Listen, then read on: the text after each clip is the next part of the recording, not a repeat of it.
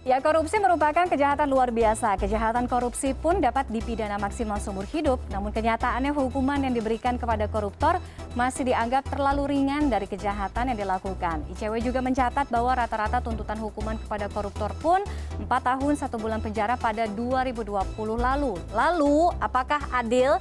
Jadi kita akan lihat timbang-timbang hukuman kasus pencurian yang ada di Indonesia. Kita akan compare ya kasusnya ex-Mensos ini dengan, Anda ingat dengan kakek yang satu ini, kakek Samirin ya. Jadi kakek Samirin itu dituduh melakukan pencurian karet seharga Rp17.000. Kemudian ia divonis 2 bulan 4 tahun penjara. Sementara kalau kita bandingkan dengan ex-Mensos Juliari, ini korupsi dana bansosnya kurang lebih 32,4 miliar rupiah. Tentu jauh banget dari 17.000-nya kakek Samirin, dan tuntutan penjaranya pun bedanya kurang lebih berapa tuh? 11 tahun lah ya, 11 tahun. Tuntutan 11 tahun penjara juga kepada ex-Mensos Juliari Batubara. Nah pertanyaannya, kalau misalnya mau dibilang adil atau nggak adil, coba kita bandingin dengan kasusnya kakek Samirin. Kalau misalnya, jadi kita belajar matematika hari ini dari vonis hukuman ya yang ada di Indonesia. Kalau kakek Samirin 17.000, divonisnya 2 bulan atau harus menjalani hukuman 2 bulan 4 tahun penjara. Jadi misalnya 32,4 miliar gitu ya, dibagi 17.000-nya. Kemudian kita kali kurang lebih dari hukuman rata-ratanya aja deh dari kakek Samirin 2 bulan. Nah hasilnya harusnya ex-Mensos ini mendapatkan hukuman kalau mau adil. Kalau mau adil itu 3.811.000 kurang lebih bulan. Atau kalau kita bagi 12, ya kalau mau adil segini nih hukumannya, 317.647 tahun penjara. Itu sih lebih dari seumur hidup kayaknya.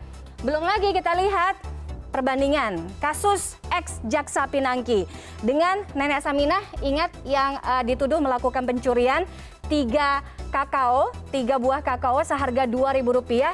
Ia pun harus menjalani hukuman vonisnya 1 bulan penjara. Sementara itu, ex-Jaksa Pinangki menerima suap kurang lebih 500.000 US dollar atau kalau dirupiahkan 7 miliar rupiah, dan juga tindak pidana pencucian uang 5,25 miliar rupiah, vonisnya 4 tahun penjara. Kita hitung kalau mau adil berapa sih harusnya hukumannya?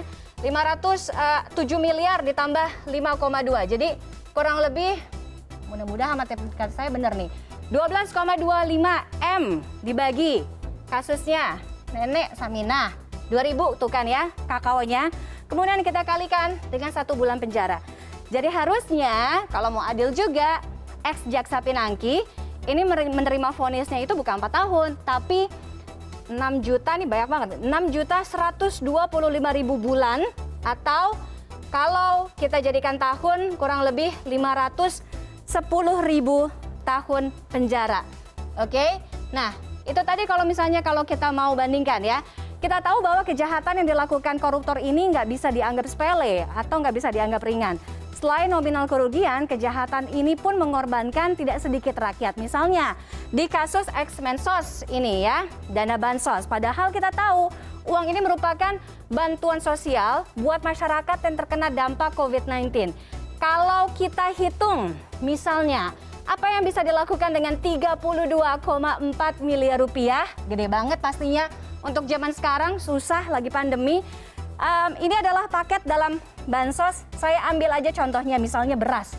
Kalau untuk membeli beras, ya berasnya kualitas Super 1, harga rata-ratanya misalnya Rp12.150 per kilogram. Dari 32,4 ini, M ini bisa beli berapa banyak beras? Bisa beli 2,67 juta kilogram beras yang bisa dibagikan ke 267.000 warga.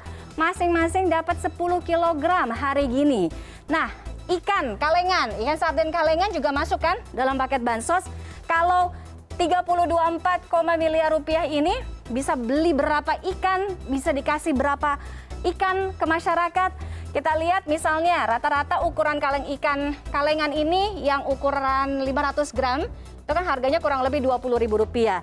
Jadi dari 32,4 M paling enggak banyak banget bisa kasih 1,6 2 juta kaleng. Kalau satu keluarga aja atau misalnya satu penerima bansos gitu ya dapat 2, ini bisa kasih ke 800.000 orang ya. Itu tadi dari 32,4 M bisa jadi 800.000 dan juga bisa jadi 267.000 warga yang mendapatkan manfaatnya.